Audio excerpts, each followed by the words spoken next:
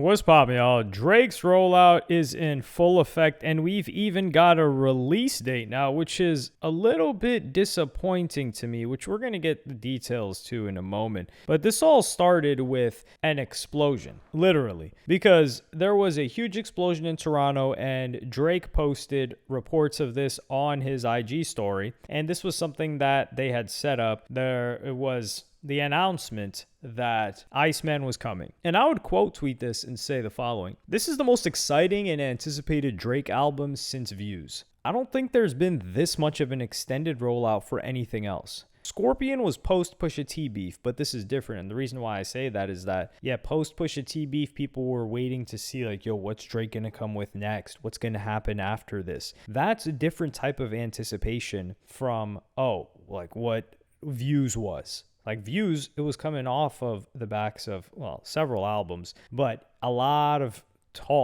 other music was dropping in between Views. It was just Views from the Six. That just became a thing. Views. It's kind of like Iceman. It was just chanted again and again. CLB, maybe something close to that, but I wouldn't say so.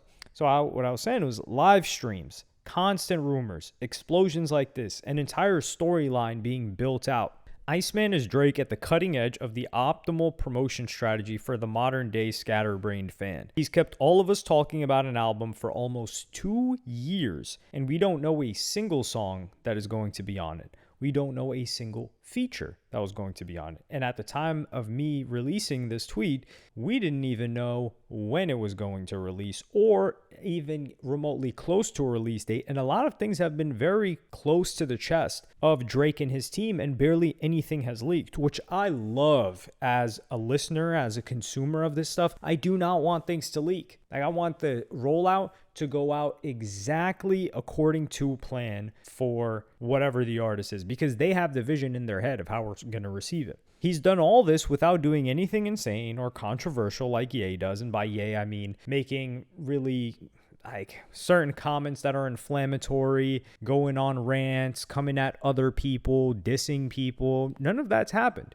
It may happen in the music, which also makes us more anticipatory towards the music. Iceman Rollout does seem very Ye inspired in creating a huge buildup and moments outside of just anticipating quality music, which is not enough anymore. When we're talking about quality music and the anticipation for that being not enough, let's take a look at none other than A$AP Rocky's Don't Be Dumb, which had been anticipated for a long time, and when it dropped, everyone listened to it. We all checked it out, or most people checked it out, but was it talked about much after? Not really. And I still do need to get to that. I know.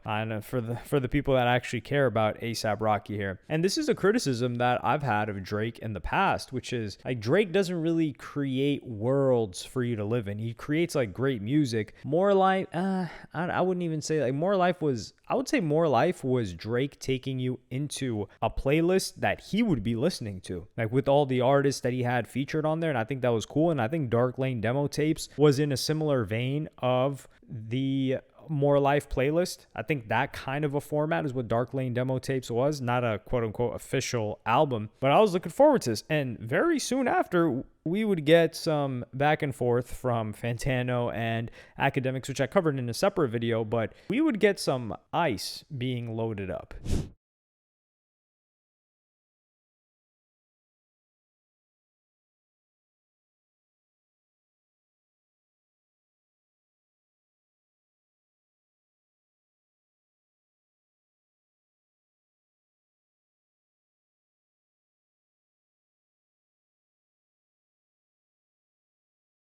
So this was an ice structure that was being put together in downtown Toronto, and it would be revealed first by a streamer, or the first streamer that would show up there when it was announced was a guy by the name of Raph, and this was in downtown Toronto. I just touched Iceman. Come here.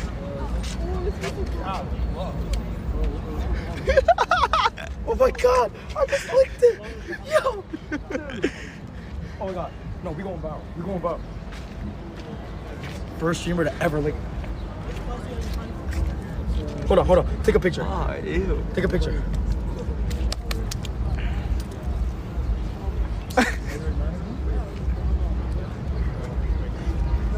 Yeah, we going viral. Oh my God. No, chat. Okay, what was the post he did? He did this, right? I don't know. Yeah, okay. Drake would show up to this guy's chat in the stream, gift him some. Aiden Ross would also show up. Everyone was paying attention to this. And Drake would announce that the release date was inside of this massive ice structure. Now, for me, I thought that this was a great thing to do for his city. Because keep in mind, rolling off of the back of, not only has Drake always shown love to his city and represented it and Canada, but rolling off of the back of the Kendrick Lamar beef, it became a whole, they not like us. And that became something that people associated with Canada as a whole. So while he could have done this in any major city, I don't think it would have been a good idea to do it in LA just for Drake's fans, which is like, yo, why would you even give the opportunity to the city that hated on you? Maybe a New York could have been an option, but a Toronto just makes sense for the Drake brand. And I thought this was really cool. It reminded me a little bit of David Blaine, if you guys recall, when he was on television. If you guys recall, we've all seen the replays. Like, that was so long ago. Like, I'm asking, do you guys recall? Like, we're in our 40s and 50s and we watched it live. When he put himself in ice for 3 days, or was it something like that, 3-4 days, seeing how long he could stay in there. So very soon after, a bunch of other streamers would show up and Drake would wave at them, metaphorically at least, from above. Yo,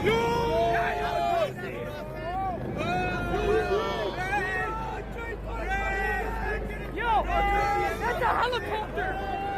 That's for St. Michael's Hospital!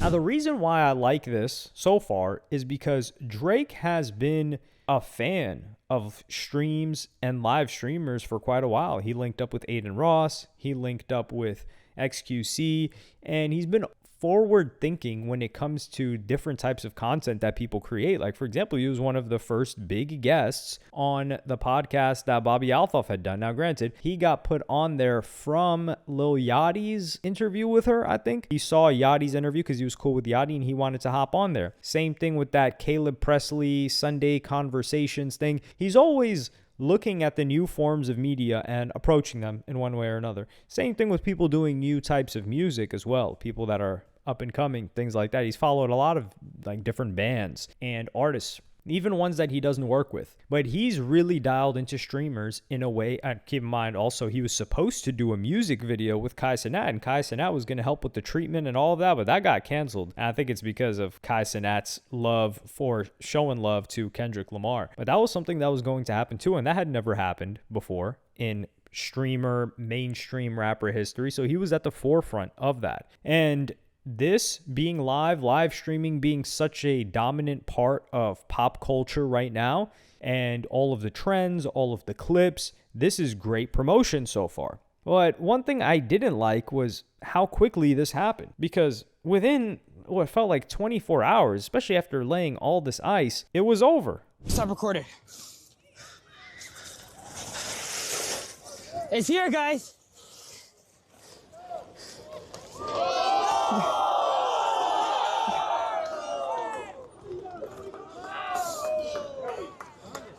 So this was one of the fans, I think he's a streamer or something like that, and he dug up this huge bag from the ice structure, which was likely going to be the release date. Now, I don't know if this was scripted because that thing looks like it's on top. I would expect it to be in the center for this to take as long as possible. I wanted this to be 3 to 5 to 6 days of like, yo, these guys, they're torching it now. They're setting fire to it. Some people went home. Some people stayed overnight. I want a 24/7 camera on this thing, even though like people were streaming, like things like that. That's what I wanted to see. But the 24 hours, this happening? Did he script this? I don't know. Did he tell the guy like, yo, this is exactly where it's at. Go get it because I don't want this to last for more than 24 hours. But this streamer, Kishka, who's also a Toronto streamer, of course, he would go and take it to Drake's home.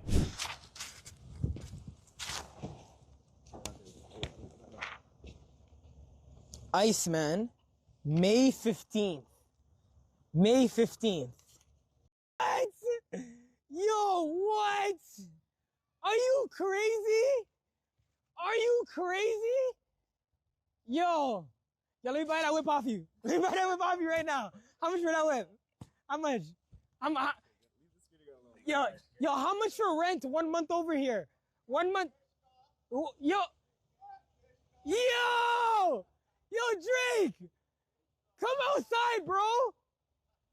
Come outside. Is this nigga? So he got a prize, a cash prize from Drake after showing up to his house, and we got the announcement for the release date being May 15th. This is about a month away, 3 weeks away, which means that there's likely other things that are coming soon. Well, why give us the release date? Now I feel like anything that happens between May 15th or up until May 15th and now, which is 3+ weeks, there isn't much anticipation for. We know when it's going to drop now. So whatever you do is like, yeah, new music, but it just goes back to new music, not so much the spectacle that's going to lead us into the new music. Now, a Drake fan account posted this, which was really cool, and said Drake posted this ice art exhibit in 2024 on his alt account Plot Twist on Instagram. The artist created it with the intention of people experiencing the art to melt it with their body heat. Drake is building a similar structure in Toronto with something stored inside. And it said here, during 3 days, about 20 rectangular enclosures of ice blocks measured about 30 feet long, 10 wide, and 8 high are built throughout the city. Their walls are unbroken. They are left to melt. And this was posted by Drake a year ago, which means the planning for this structure and this rollout has been going,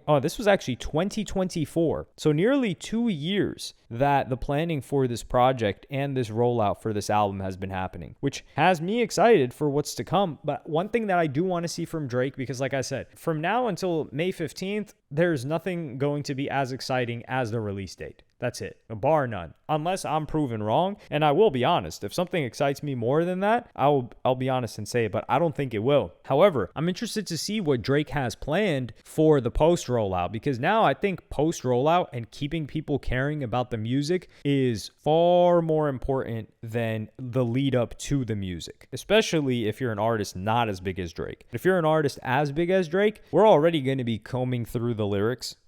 Your haters, Kendrick stans as well, they're going to be combing through the lyrics, seeing if there's any disses back and forth. And Drake is such a good lyricist and also works with such great writers and is able to collaborate in a way that there's so many bars that you missed in first listen. But I refuse to believe that just this ice sculpture, right? Like just is all that there is to this rollout, especially after the live streams that had happened. I thought the live streams were such incredible pieces of performance art. You know how hard it is to put on a live stream with the production, with a storyline, with music playing that doesn't cut out, that doesn't lose signal, that goes without a hiccup. It is incredibly hard, especially if it's not pre-recorded. And that was one of the most impressive things I've ever seen in the lead up to an album. And you could consider it part of the rollout. I don't know how much of a part of the rollout it still is, because it was so long ago. We don't know if any of that music's going to be on the album. But like I said, 2024, we saw him post an IG story with that Iceman, with the ice sculpture that we just got in 2026, which means that the live streams that happened in 2025, they may have already been prepped. And this entire time, we've just been being pulled into this universe that Drake is trying to take us into for Iceman. And that is such an enjoyable experience for me. If you're somebody that enjoys Drake music, you're definitely loving this. But even if you're not the biggest fan of Drake, you've got to enjoy this in some capacity if you're at least a casual listener. Like if you're a hater of Drake, you're tuning in, so you're definitely enjoying it as well. So I had to give a round of applause to Drake for doing something that seems out of his comfort zone. This isn't something that we're used to getting. Like, yeah, there was the CN Tower for Views from the Six, and that was like a whole moment, and like, yo, damn, that album cover, he's on the tower. But this is the type of stuff we only see from Ye. Or, who else has really good rollouts? And it's funny that we're in an era where we're judging rollouts, but a lot of the content and media that's consumed is visual, and music videos don't hit like they used to. So getting a live stream, damn near, music video for the Iceman lead up, those several episodes,